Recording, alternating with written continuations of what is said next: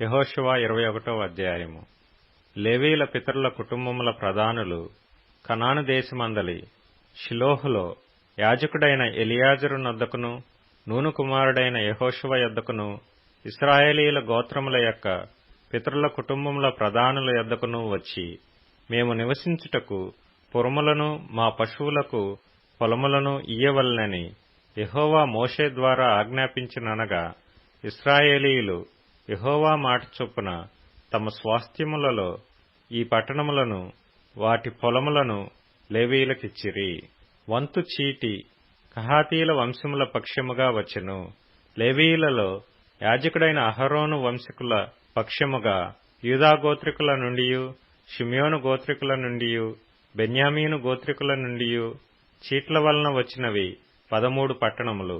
కహాతీయులలో మిగిలిన వంశకుల పక్షముగా ఎఫ్రాయిము గోత్రికుల నుండియు, దాను గోత్రికుల నుండియు, మనష్షే అర్ధగోత్రపు వారి నుండియు వంతు చీట్ల వలన వచ్చినవి 10 పట్టణములు. ఇస్సాకారు గోత్రికుల నుండియు, ఆషేరు గోత్రికుల నుండియు, నఫ్తాలి గోత్రికుల నుండియు, బాషానులోనున్న మనష్షే అర్ధగోత్రపు వారి నుండియు చీట్ల వలన గెర్షోనీయులకు కలిగినవి 13 పట్టణములు.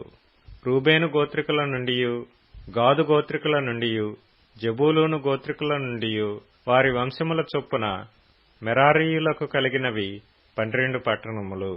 యెహోవా మోషే ద్వారా ఆజ్ఞాపించినట్లు ఇశ్రాయేలీయులు వంతు చీట్ల వలన ఆ పట్టణములను వాటి పొలములను లేవీయులకిచ్చిరి. వారు యూదా వంశస్థుల గోత్రములోను, షిమ్యోనీయుల గోత్రములోను చెప్పబడిన పేర్లు గల ఈ పట్టణములను ఇచ్చిరి. అవి లేవీయులైన కహాతీయుల వంశములలో అహరోను వంశకులకు కలిగినవి. ఎలయనగా మొదట చేతికి వచ్చిన వంతు చీటి వారిది. యూదా వంశస్థుల మన్యములో వారికి కిర్యతర్బా అనగా హెబ్రోనునిచ్చిరి. ఆ అర్బా అనాకు తండ్రి దాని చుట్టూనున్న పొలమును వారికిచ్చిరి. అయితే ఆ పట్టణము యొక్క పొలములను దాని గ్రామములను యెఫున్నె కుమారుడైన కాలేబునకు స్వాస్థ్యముగా ఇచ్చిరి.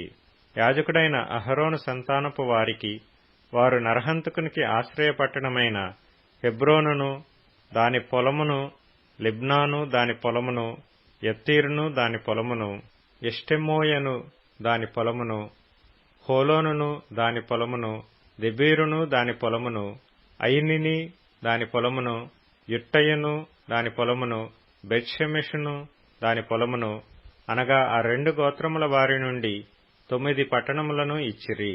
బెన్యామీను గోత్రము